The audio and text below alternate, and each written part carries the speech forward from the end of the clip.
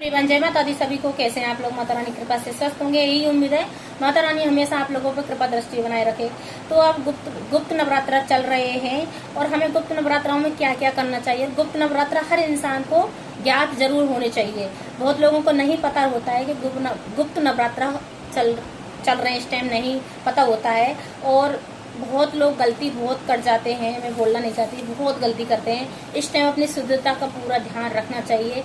जो भी बच्चा कंसीव होता है वो सही नहीं होता। इस टाइम का बच्चा बिल्कुल भी कंसीव नहीं करें इस टाइम। तो हर चीज का ध्यान रखना चाहिए। गुप्त नवरात्र चल रहे हैं, जो नवरात्रों में जो बच्चे होते हैं वो सही नहीं माने जाते हैं। तो अब आता है हमने माता को खुश करने के लिए क्या करना है।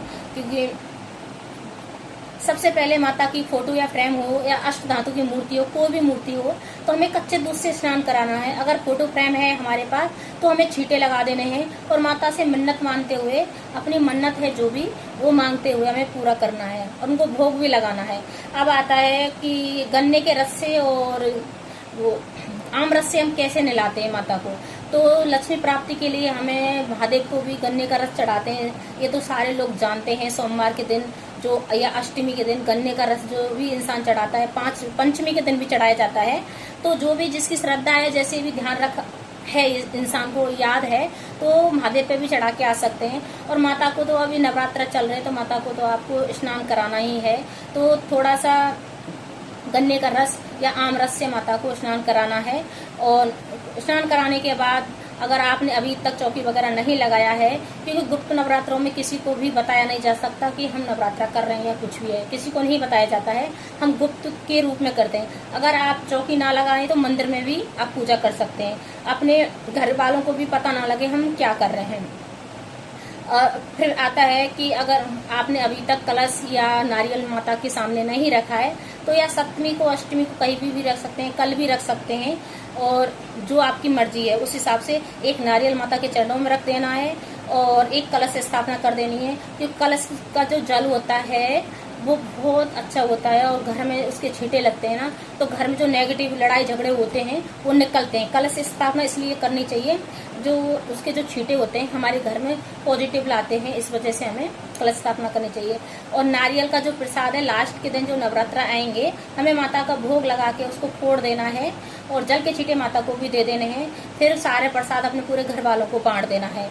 अगर जैसे हम बाहर कहीं जा रहे हैं घूमने इधर उधर, तो जैसे कन्याएं मिल जाती हैं छोटी छोटी, तो आप उसको दान दक्षिणा कुछ भी दे सकते हैं, क्लिप भी दे सकते हैं, चूड़ियां भी दे सकते हैं, कुछ भी जो आपकी श्रद्धा है सामर्थ्य के अनुसार जो भी कुछ भी कर सकते हैं। अब आता है कि गन्ने का रस और जो आम रस होता है वो माता लक्ष्मी को और सरस्वती माता की कृपा के लिए ही हम नहलाते हैं और धुलाते हैं। उनकी ये 3-3 दिन होते हैं।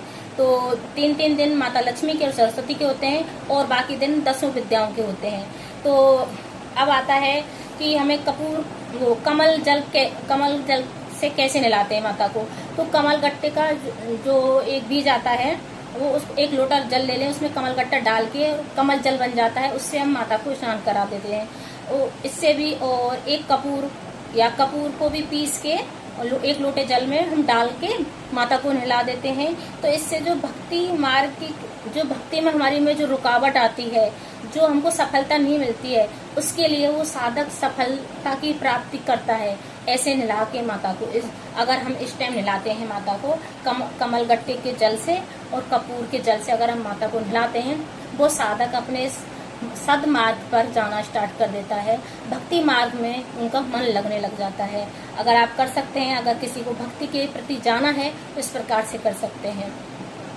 अब आता है कि 10 विद्याओं, जो माता के 10 रूप हैं वो कौन कौन से हैं। सबसे पहला काली माता का रूप है और काली माता की पूजा होती है, उत्तर दिशा की तरफ मुंह करके पूजा होती है।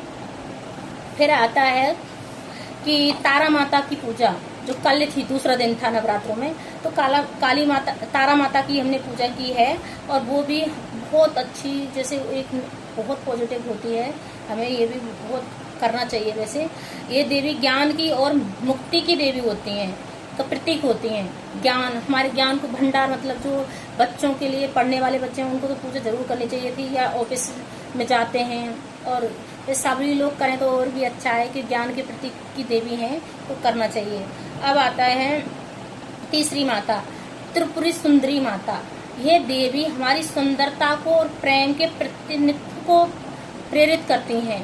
अगर हम इनकी पूजा करते हैं तो हमारे रूप को निखारती हैं और प्रतिनिधित्व को भी प्रतीत करती हैं। ये हमारी त्रिपुरी माता है।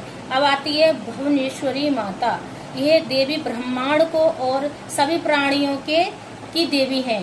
भुवनेश्वरी माता का जो भोग लगाया जाएगा वो अखरोट का लगाया जाएगा। कल संडे के दिन अखरोट का भोग लगाए माता को, और जो संडे है सूर्यदेव को जल देना है, उसमें थोड़ा सा इत्र डाल के जल दिया दे तो बहुत अच्छा होता है। और सूर्यदेव से भी आप कुछ भी मांग सकते हैं, वो आज कल के दिन पूरी जो भी मांगोगे वो मन्नत पूरी होगी। तो आप सूर्यदेव को भी खुश करने के लिए उनके जल में इत्र डाल के लेके जाएं। तो अब आता है, और लाल फूल भी सूर्यदेव को चढ़ाएं। तो अब आती है पांचवी देवी, जो छिन्न मस्त माता होती हैं। ये देवी भी आत्म बलिदान और परिवर्तन का प्रतीक होती हैं। और फिर ये है त्रिपुरी शैली। ये देवी उग्र शक्ति और विनाश का परिवर्तन करने वाली माता होती हैं। धूमावती माता, ये देवी विद्याओं के अलौकिक शक्तियों का निखार करने वाली होती हैं। बंगलामुखी माता, तो ये देवी शस्त्रों का विनाश करने वाली माता होती हैं। जो कोर्ट कचहरी या कुछ भी चल रहा है इसको समाप्त कर देती हैं अगर हम इनकी पूजा करते हैं तो, बंगलामुखी की। और मातंगी जो माता होती हैं, ये देवी कला, संगीत और ज्ञान का प्रतीक होती हैं हमारी जो ये देवी होती हैं। और कमला देवी धन, वृद्धि, समृद्धि, भौतिक सुखों की देवी होती हैं। और भुवनेश्वरी माता जो भी है हमारे, तो इसी प्रकार से कमला माता का ये देवी धन, समृद्धि, भौतिक सुखों की देवी होती हैं। इसी प्रकार से 10 रूपों का महाविद्याओं का जाप कर सकते हैं आप। इसी प्रकार से करना है। हर माता कुछ न कुछ देती हैं अगर हम उनकी पूजा करते हैं। तो जब नवरात्र होते हैं वो 9 माताओं के होते हैं, और जब गुप्त नवरात्र होते हैं 10 महाविद्याओं के नवरात्र होते हैं। 10 माता की पूजा होती है इस दिन। तो आप इस प्रकार से आप माताओं का पूजन अर्चन कर सकते हैं।